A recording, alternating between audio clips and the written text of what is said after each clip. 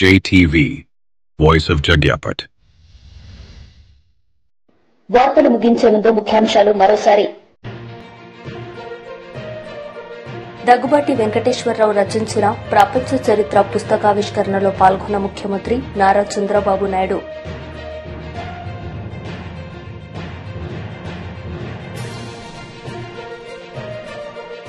BRS leader press meet, CM Revanth రెడ్డిపై fire. ముఖ్యమంత్రి రేవంత్ రెడ్డిని జూబ్లీహిల్స్ నివాసంలో వరంగల్, ఖమ్మం, నల్గొండ ఉపాధ్యాయ నియోజకవర్గం నుంచి శాసన మండలికి ఎన్నికైన పింగళి శ్రీపాల్ రెడ్డి మర్యాదపూర్వకంగా కలిశారు. ఉపాధ్యాయుల సమస్యల పరిష్కారానికి కృషి చేస్తున్న ప్రజా ప్రభుత్వానికి సహకరిస్తామని ముఖ్యమంత్రి గారికి తెలిపారు. ఈ ఎన్నికల్లో విజయం సాధించిన శ్రీపాల్ రెడ్డికి ఈ సందర్భంగా ముఖ్యమంత్రి అభినందనలు తెలియజేశారు. దగ్గుబాటి వెంకటేశ్వరరావు రచించిన ప్రపంచ చరిత్ర పుస్తకావిష్కరణలో పాల్గొన్న ముఖ్యమంత్రి నారా చంద్రబాబు నాయుడు ఈ సందర్భంగా ఆయన ప్రసంగించారు. మైండ్ స్టిమ్యులేట్ అవుతుంది, హ్యాపీగా వచ్చి నిద్రపోతాను. What a wonderful life.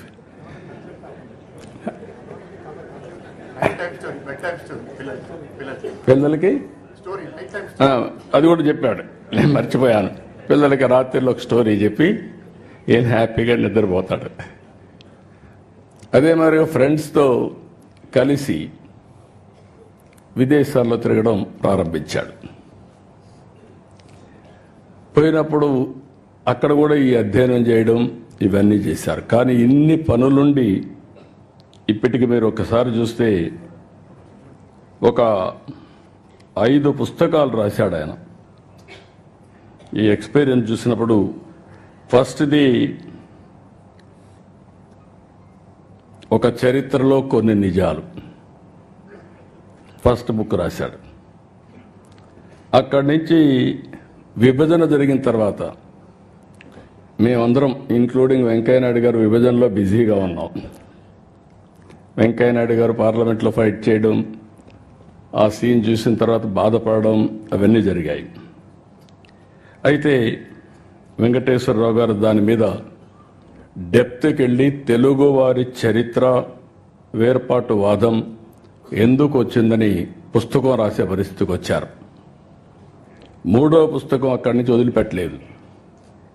ప్రపంచతత్వం, నాయకత్వం, దీని మీద అధ్యయనం చేసి ఒక బుక్ ఒకటి రాసే పరిస్థితికి వచ్చాడు. ఇప్పుడు 4వది ఇంకొక పక్కన మీరు చూస్తే ప్రపంచ దేశాలు, పాలనా వ్యవస్థలు అధ్యయనం చేసి దానిపైన ఒక పుస్తకం రాశాడు. ఇప్పుడు ప్రపంచ చరిత్ర ఆది నుంచి నేటి వరకు, ఇంకా ఆయన మాటల్లోనే చెప్పాడు కాబట్టి నేను ఎక్కువ చెప్పను, మొత్తం డీటెయిల్ అని. ఆ తర్వాత జరగబోయేట కూడా చెప్పాడు. మనం అందరం ఒక 4-5 సంవత్సరాలు కాపాడుకుంటే మన ఆరోగ్యాన్ని భవిష్యత్తులో 50 ఏళ్ళు అంటున్నాడు. కానీ ఒక్కసారి ఇన్నోవేషన్ వస్తే 50 ఏళ్ళతో ఆగదు. కొంతమంది మీరు లేనిపోయిన ఆలోచనలు ఇచ్చారు. శాశ్వతంగా ఎందుకు బతకూడదని. God only knows. కానీ చరిత్ర కూడా మనం ఒకసారి చూస్తే ఇవన్నీ ఒక ఎత్తు అయితే, ఈరోజు అగ్రదేశాలు, అన్ని దేశాలు కూడా సఫర్ అయ్యే పరిస్థితి వస్తున్నాయి.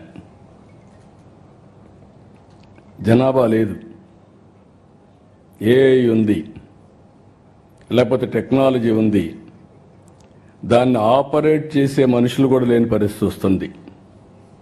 యూరోప్ కానీ, చైనా కానీ, అదే మరి మీరు చూస్తే చాలా దేశాల్లో, జపాన్ కానీ, అన్ని దేశాల్లో ఏజింగ్ ప్రాబ్లం అనేది బిగ్గెస్ట్ ప్రాబ్లంగా తయారయ్యే పరిస్థితి వచ్చింది. మనం అందరం అదృష్టవంతులం. భారతదేశం వరకు ఈరోజు ఎగ్జామ్ట్ చేసే వచ్చింది. ఏదైతే ఐఎమ్ వెరీ ప్రౌడ్, నేను ముందుకు కూడా చెప్పాను. ఒకసారి నిర్మలా సీతారామన్ గారు చూసినప్పుడు ఆవిడ యొక్క ప్రస్థానం, వెంకటేశ్వరరావు గారు చరిత్ర రాస్తున్నారు, పక్కనుండే నిర్మలా సీతారామన్ గారు చరిత్ర సృష్టించడానికి శ్రీకారం చుట్టారు. ఇది ఒకసారి మనం చూసినప్పుడు, వారి ప్రస్తావాన్ని చూసినప్పుడు, ప్రయాణం చూసినప్పుడు నాకు అనిపిస్తుంది, నేను ఎప్పుడూ చెప్పేవాడిని, మగవాళ్ళ కంటే మహిళలు బాగా సమర్థవంతంగా పనిచేస్తారని. మా వెంకటేశ్వర గారు చాట్ జీపీటీ కొట్టి బీజేపీ లీడర్ మీడియా సమావేశం నిర్వహించారు. ఈ సందర్భంగా పలు అంశాలపై ఆయన మాట్లాడారు. దీపాదాస్ మున్షి గారు ఉన్నారు. వారికంటే ముందు ఠాక్రే గారు కొద్ది రోజులు, ఠాగూర్ గారు మరికొన్ని రోజులు, ఇలా ఇన్ఛార్జీల మీద ఇన్ఛార్జీలు మార్చుకుంటూ ఎట్టికేళ్ళకి ఫైనల్గా మీనాక్షి నటరాజన్ గారు రంగంలోకి వచ్చారు. ఆమె రావడంతోనే చాలా సింపుల్ అని,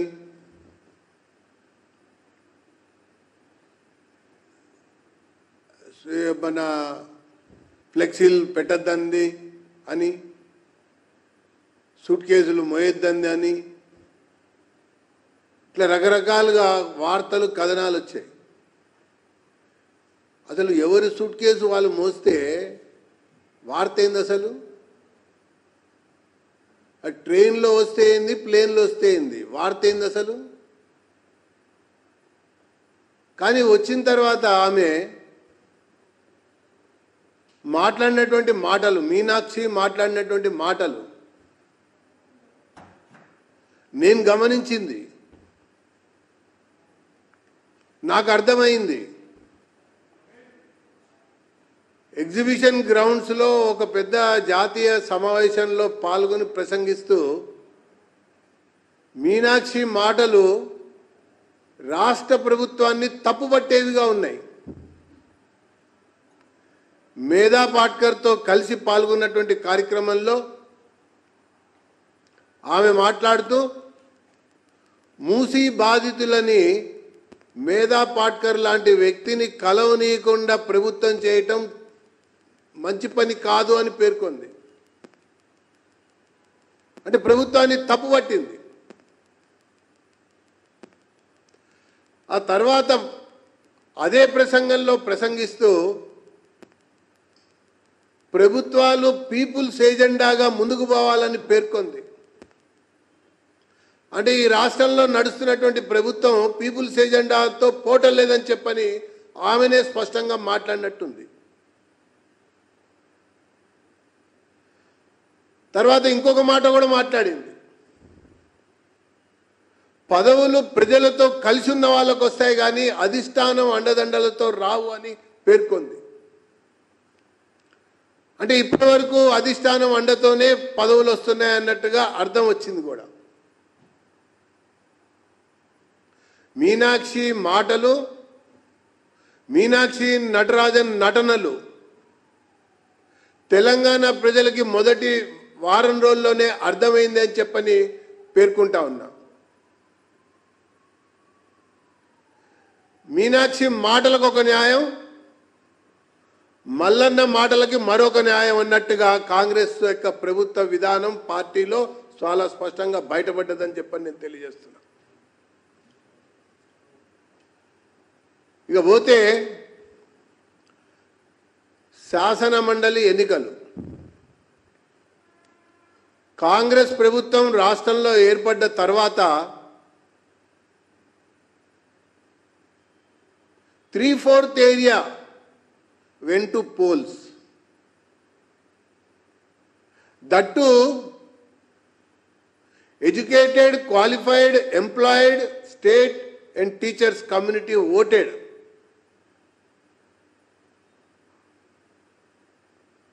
అంటే ఎగెనెస్ట్ గవర్నమెంట్గా ఓటేశారు వాళ్ళు. గమనించాలి, ఆలోచించాలి విషయాన్ని.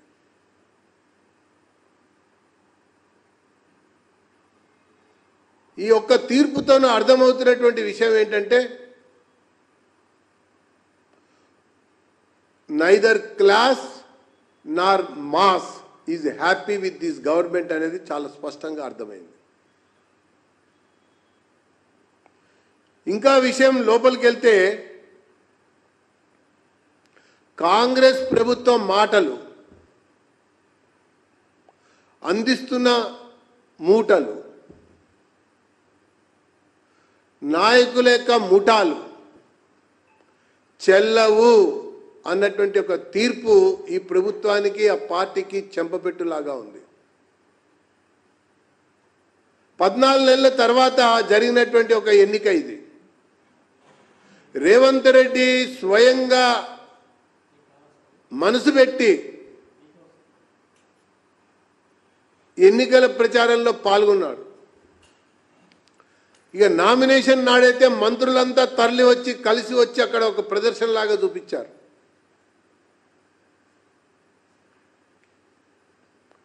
కానీ ప్రజల తీర్పు మాత్రం భిన్నంగా ఉంది. మేధావులు మేల్కొన్నారు. ఈ ప్రభుత్వ చర్యలతో ఉపాధ్యాయులు ఉలికిపడ్డారు. పట్టభద్రులు కమలానికే పట్టం కట్టాలని నిర్ణయించారు.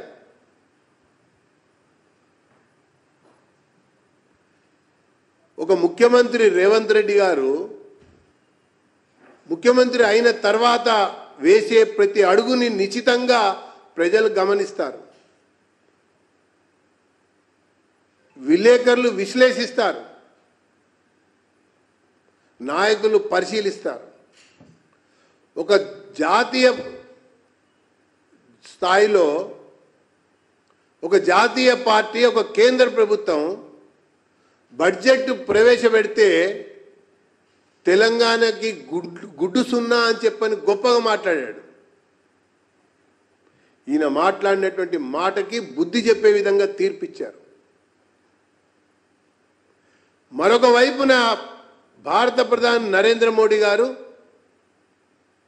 సాధారణ మధ్యతరగతి కుటుంబాలకు సంబంధించిన విషయంలో 12 లక్షల ఆదాయంపై పన్ను. బీఆర్ఎస్ లీడర్ మీడియా సమావేశం నిర్వహించారు. ఈ సందర్భంగా పలు అంశాలపై ఆయన మాట్లాడారు.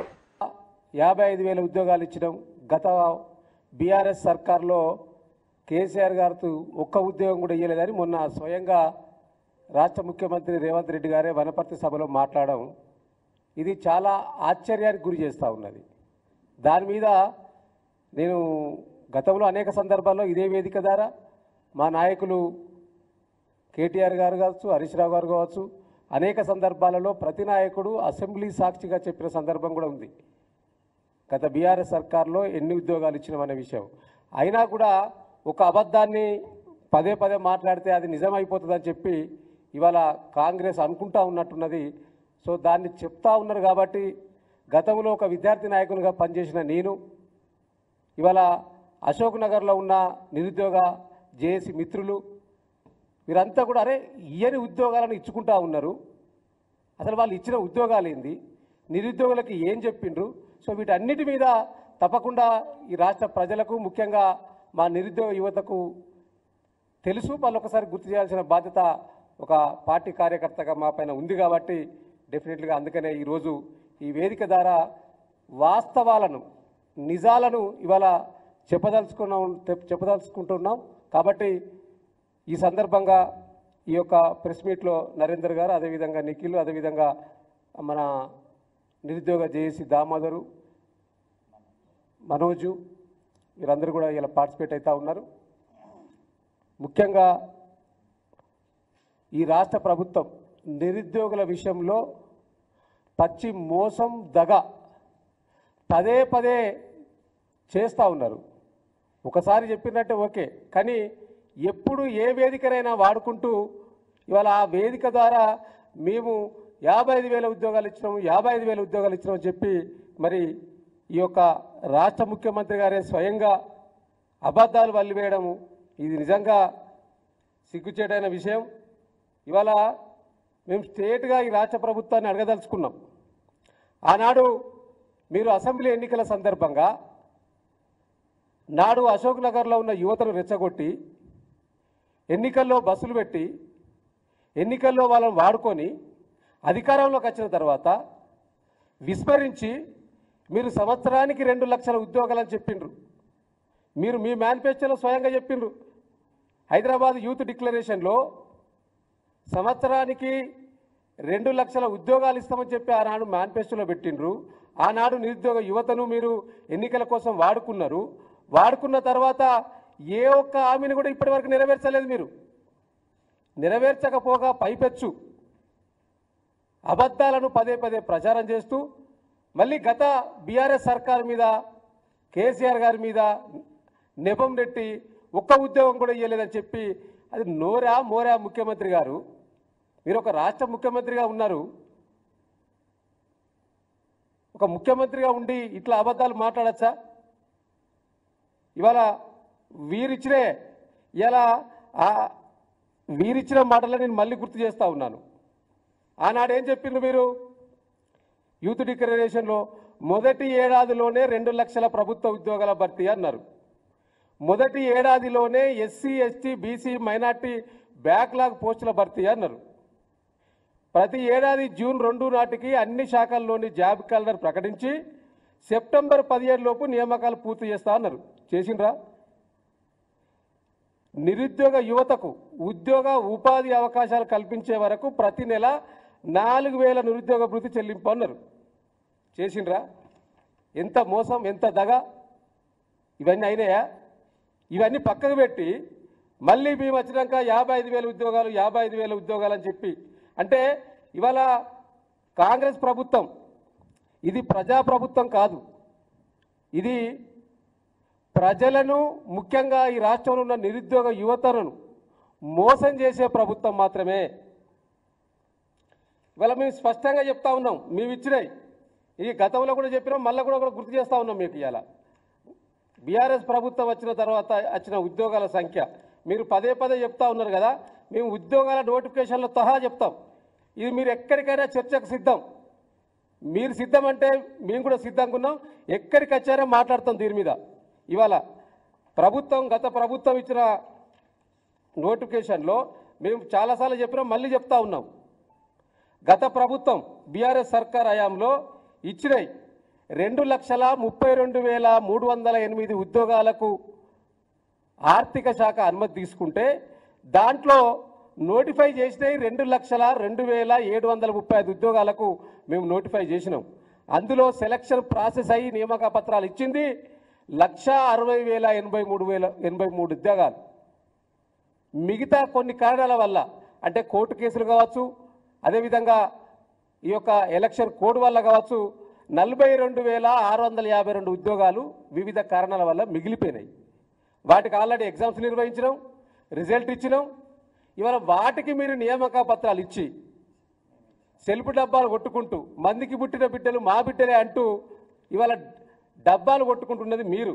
ఇవాళ నేను స్పష్టంగా చెప్తున్నాను, ఇది మీకు కూడా మీడియాకు పంపిస్తాను. నేను ఎప్పుడు నోటిఫికేషన్ వచ్చింది, ఎప్పుడు ఉద్యోగాలు ఇచ్చినాం, మీరు వచ్చినాక నియామక పత్రాలు ఎప్పుడు ఇచ్చినారు అనేది నేను చెప్తాను. బెస్ట్ ఒక 2 ఎగ్జాంపుల్ చెప్తాను నేను మీకు. ఇవాళ స్టాఫ్ నర్సుకు సంబంధించి 2022 డిసెంబర్లో ఇచ్చినాం. ఎగ్జాము 23/8 పెట్టినాం. 6,956 ఉద్యోగాలు. జనవరి 31 మీరు నియామక పత్రాలు ఇచ్చారు ప్రజాపాలనలో. ఇంకొక ఎగ్జాంపుల్ చెప్తాను నేను. పోలీస్ కానిస్టేబుల్ 17,805 ఉద్యోగాలు. మేము ఇచ్చిన నోటిఫికేషన్ 25వ తారీఖు 4వ నెల 2022లో ఇచ్చినాం. ఎగ్జామ్ డేట్ ఎప్పుడు పెట్టినామంటే మేము 28వ తారీఖు 8వ నెల 2022 సంవత్సరంలో ఎగ్జామ్ పెట్టినాం పోలీస్ కానిస్టేబుళ్లకు. ఆల్రెడీ మీకు కావాలంటే వాళ్ళు ఇప్పుడు ట్రైనింగ్లో ఉన్నారు. 17,000 మంది పోలీస్ కానిస్టేబుల్ ప్రజెంట్ ట్రైనింగ్లో ఉన్నారు. మీరు పోయి అడగచ్చు, మీరు మీడియా మైక్ పెట్టవచ్చు. నోటిఫికేషన్ ఇప్పుడు. మాజీ మంత్రి అంబటి రాంబాబు మీడియా సమావేశం నిర్వహించారు. ఈ సందర్భంగా పలు అంశాలపై ఆయన మాట్లాడారు. ఇచ్చేటటువంటి దాఖలాలు లేవు. బడ్జెట్ను పరిశీలిస్తే అన్ని అరకొరగా ఇచ్చారు. కొన్నిటికి అసలు కేటాయింపులు కూడా ఇవ్వకోకుండా మేము సూపర్ 6ను అమలు చేయబోతున్నాం అనేటువంటి మాట మాట్లాడుతూ ఉన్నారు. అదేమిటయ్యా, ఎందుకు మీరు వీటిని అమలు చేయలేకపోతున్నారంటే ప్రభుత్వం కష్టంలో ఉంది, అప్పుల ఊబిలో ఉంది. జగన్మోహన్ రెడ్డి గారు అప్పులు చేసిపోయారు, అందువల్ల మేము చేయలేకపోతున్నాం అనేటువంటి మాట 5 సంవత్సరాలు పరిపాలన చేసినటువంటి వైఎస్ఆర్ కాంగ్రెస్ పార్టీ మీద, జగన్మోహన్ రెడ్డి గారి మీద వంక చూపటమో బురద జల్లి వెళ్ళటమో చేసేటటువంటి ప్రయత్నం చేస్తున్నారు చేతగాని చంద్రబాబు నాయుడు గారని ఈ సందర్భంగా నేను చెప్పదలుచుకున్నాను. అప్పుల విషయానికి వచ్చినప్పుడు చాలా తిప్పలు పడతా ఉన్నారు చంద్రబాబు నాయుడు గారి కుమారుడు రకరకాలుగా చెప్తున్నారు అప్పుల గురించి. చంద్రబాబు నాయుడు గారు ఏమన్నారంటే ముఖ్యమంత్రిగా ప్రమాణ స్వీకారం చేసిన తర్వాత జగన్మోహన్ రెడ్డి గారి ప్రభుత్వం 14 లక్షల అప్పు చేసింది, 14 లక్షల కోట్ల రూపాయలు అప్పు చేసింది అన్నారు. మళ్ళా తర్వాత మాట్లాడితే 12 లక్షల అప్పు అన్నారు. తర్వాత గత సంవత్సరం 10 లక్షల కోట్లు అని గవర్నర్ చేత చెప్పించారు. చివరికి బడ్జెట్లో చూస్తే ఆయన ప్రవేశపెట్టినటువంటి బడ్జెట్లోనే కాగ్ లెక్కల ప్రకారం 6,46,000 కోట్లు మాత్రమే అని చెప్పారు. ఏంటో నాకు అర్థం కాల. ముందు 14 లక్షలు అన్నారు, చివరికి చూస్తేనేమో కేవలం 6,46,000 కోట్ల రూపాయలు మాత్రమే అప్పు చేసినట్టుగా చెప్పేటటువంటి ప్రయత్నం చేశారు. అంతేకాదు మొన్న ప్రవేశపెట్టినటువంటి బడ్జెట్ను ఒకసారి పరిశీలన చేస్తే ఎట్ ఏ గ్లాన్స్ అని మొత్తం ఒక రిపోర్ట్ ఉంటుంది. దానిలో అప్పులేంటి ఇవన్నీ కూడా వివరంగా ఉంటాయి. ఎట్ ఏ గ్లాన్స్ దానిలో అసలు ఆ పట్టిక లేకుండా తీశారు. అంటే ఇక్కడ నేను చెప్పదలుచుకున్నది ఏంటంటే మిస్ఇన్ఫర్మేషన్ రాష్ట్ర ప్రజలకు ఇచ్చి తప్పుకోవాలనేటువంటి ప్రయత్నం. ఏదో ఒక విధంగా జగన్మోహన్ రెడ్డి గారి మీద బురదల్లి తమ హామీలను ఎగ్గొట్టాలనేటువంటి ఒక కుట్రపూరితమైనటువంటి పద్ధతుల్లో ఇవాళ చంద్రబాబు నాయుడు గారి ప్రవర్తన చేస్తూ ఉన్నారు. నేను నిన్న జగన్మోహన్ రెడ్డి గారు వివరంగా చెప్పినటువంటి వాటిలో కొన్నిటిని ఇక్కడ నేను ఉదాహరణ చేస్తాను. ఆడబిడ్డ నిధి అని 1,500 రూపాయలు ఇస్తామన్నారు. అందరికీ గుర్తుండే ఉంటుంది. ప్రతి ఆడపిల్లకి 15,000 రూపాయలు, సంవత్సరానికి 18,000 రూపాయలు ముట్ట చెబుతున్నారు. ఏమైందో ఇంతవరకు అర్థం కాదు. గత ఏడాది ఇవ్వలేదు, ఏడాది బడ్జెట్లో కేటాయింపే లేదు. దీని ప్రకారం లెక్కేస్తే ప్రతి ఆడబిడ్డకి 36,000 బాకీ పడ్డాడు చంద్రబాబు నాయుడు గారు. Is it not cheating? ఇది 420 కాదని అడుగుతా ఉన్నా. 36,000 ప్రతి అర్హత కలిగినటువంటి బాలికకు 36,000 రూపాయలు ఇవాళ రాష్ట్రంలో అప్పుపడినటువంటి వ్యక్తి నారా చంద్రబాబు నాయుడు గారు ఎగ్గొట్టేటువంటి ప్రయత్నం చేస్తున్నాడు. This is also cheating. ఈ చీటింగ్ అని అడిగితే దానికి మాత్రం సమాధానం చెప్పరు. అంతేకాదు నిరుద్యోగ భృతి 3,000 ఇస్తా ఉన్నారు. ఏడాదికి ఎంత ఇవ్వాలి? ఒక్కొక్కరికి 36,000 రూపాయలు ఇవ్వాలి. గత ఏడాది ఇవ్వలేదు.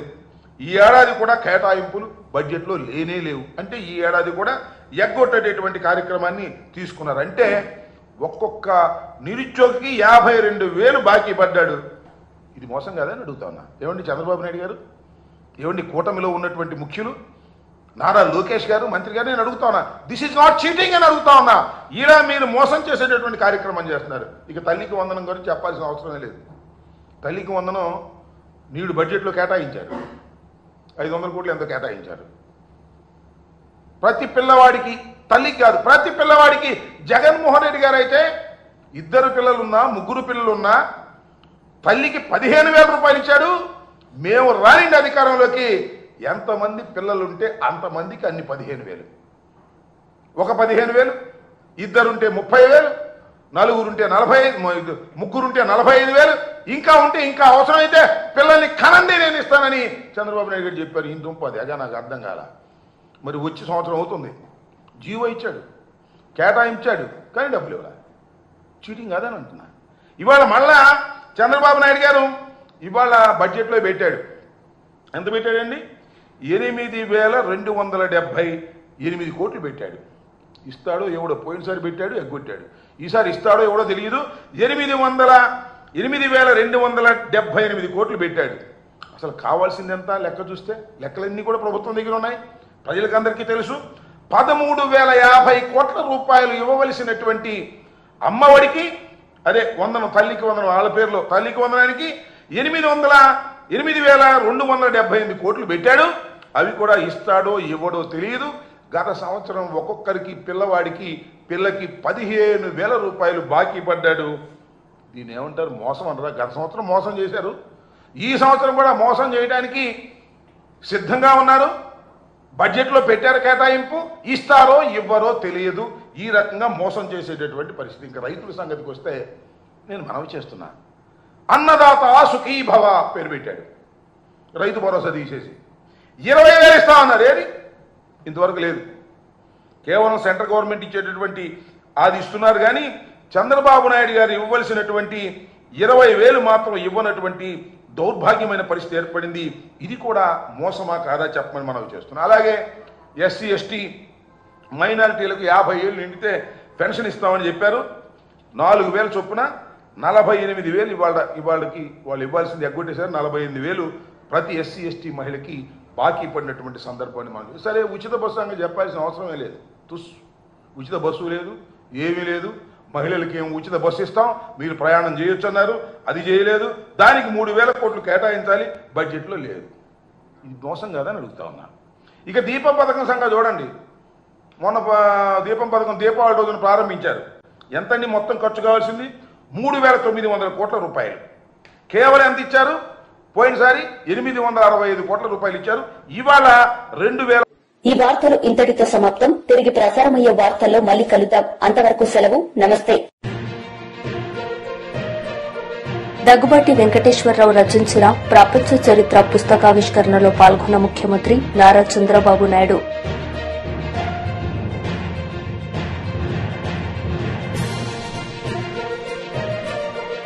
BRS leader press meet, CM Revanth రెడ్డిపై ఫైర్. నమస్కారం. వార్తలకు స్వాగతం. ముందుగా ముఖ్యాంశాలు.